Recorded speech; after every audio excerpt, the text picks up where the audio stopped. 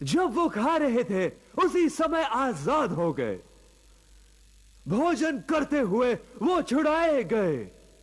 आप समझ रहे हैं ना कि भोजन करते हुए आप चंगे हो जाएंगे, भोजन करते हुए आप छुटकारा पाएंगे, भोजन करते हुए नरक का शैतान आपके पैरों तले कुचला जाएगा। हम प्रभु के लोग हैं, हमें ढूंढा गया है, हमें माफ किया गया है, पवित्र आत्मा के द्वारा हमें नया बनाया गया है और उसी के कारण हम आराधना करते हैं और धन्यवाद देते हैं। और जैसे हम आराधना करते हैं, जैसे हम धन्यवाद देते हैं, हम स्थापित हो जाते हैं यीशु मसीह की वास्तविकता में। यीशु मसीह की वास्तविकता वो केंद्र है जिसे मैं वाचा का भोजन कहता हूं। यहीं पर हम मिलते हैं प्रभु से, हम यहीं पर सहभागी होते हैं प्रभु में, यहीं पर हमें गले लगाता है प्रभु, यहीं पर हम सहभागी होते हैं प्रभु की प्रतिज्ञाओं में। वो हमारी हो जाती है जैसे हम ये भोजन करते हैं। लेकिन आज इस भोजन को हम प्रभु भोज कहते हैं, प्रभु की मेज। दुख की बात है कि यह युद्ध भूमि हो चुका है विश्वासियों में। कई शतकों से विश्वासी इस पर बहस करते हैं कि इसका क्या अर्थ है, क्या यह कुछ दर्शाता है या दर्शाता नहीं है। और आज के चर्च में बहुत सी जगहों पर प्रभु भोज गलत समझा गया है और कई जगह पर पूरी तरह से गलत समझा गया है। लेकिन फिर भी यह केंद्र है मसीही विश्वास का। यह भोजन मसीही विश्वास का केंद्र है और यही वाचा का मुख्य केंद्र है। वचन में हर वाचा एक भोजन के साथ ही खत्म होती थी, क्योंकि वो भोजन घोषित करता था, सुनिए, ये घोषित करता था कि अब वाचा व्यवहारिक है। हर भोजन घोषित करता था कि अब ये काम कर रही है। इसमें जुड़े पार्टीज के जीवन में अब इस्राएल की संतान को देखिए। प्रभु ने उनके छुटकारे के लिए प्रतिज्ञा दी, मैं तुम्हें मिस्र से निकालना चाहता हूं। कुछ नहीं हुआ। मूसा वहां आता है, मिस्र नाश होता है, लेकिन वो फिर भी गुलाम रहते हैं। फिर उनके पास कुछ नहीं बचता, वो अब भी गुलाम है। देश बर्बाद होता है, लेकिन फिर भी वो गुलाम है। क्यों? भोजन अब तक तैयार नहीं था। उस आखिरी रात को प्रभु ने कहा, भोजन तैयार करो, मेमना लेकर आओ, उसे पकाओ, लहू लगाकर उसे खाओ। प्रभु ने राह नहीं देखी कि डिजर्ट आए।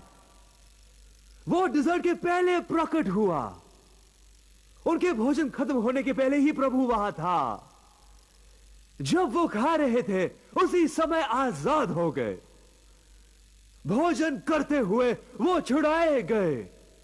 आप समझ रहे हैं ना कि भोजन करते हुए आप चंगे हो जाएंगे, भोजन करते हुए आप छुटकारा पाएंगे, भोजन करते हुए नरक का शैतान आपके पैरों तले कुचला जाएगा। भोजन करते समय आपके घर में विजय होगी।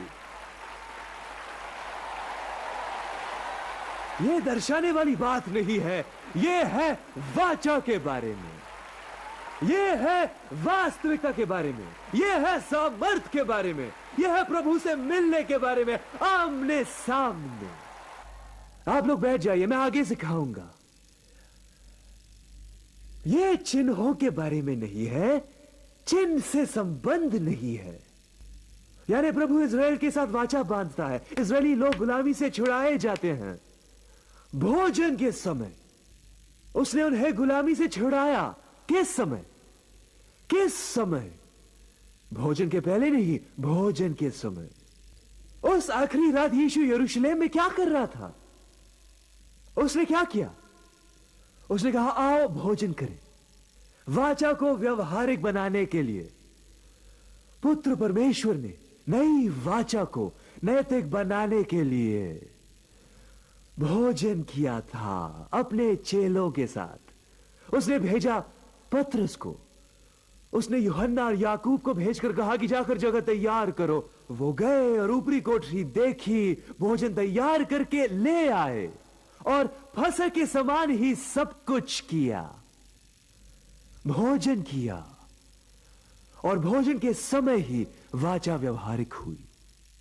इसलिए लूका अध्याय 22 में वचन 19 और 20 से शुरू करते हुए, जानते हैं मैं प्रभु से प्रार्थना करता हूं कि यह संदेश, क्योंकि मैं इसे टीवी पर दिखाऊंगा, हिला देगा मसीह की देह को, कि लोग प्रभु भोज को देखना बंद कर देंगे कुछ दर्शाने वाले के रूप में।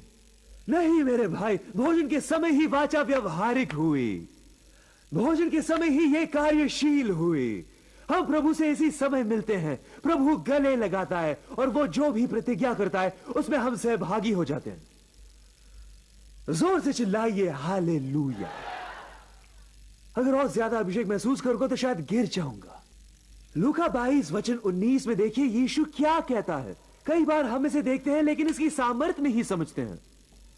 उसने रोटी लेकर धन्यवाद दिया, उसे तोड़ा और अपने चेलों को देकर कहा कि ये मेरी देह है जो तुम्हारे लिए दी गई है, मेरी याद में इसे किया करो।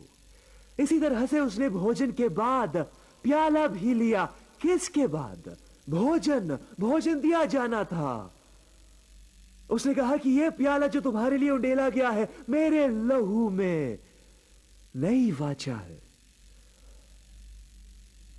नई वाचा जो मेरे लहू में है।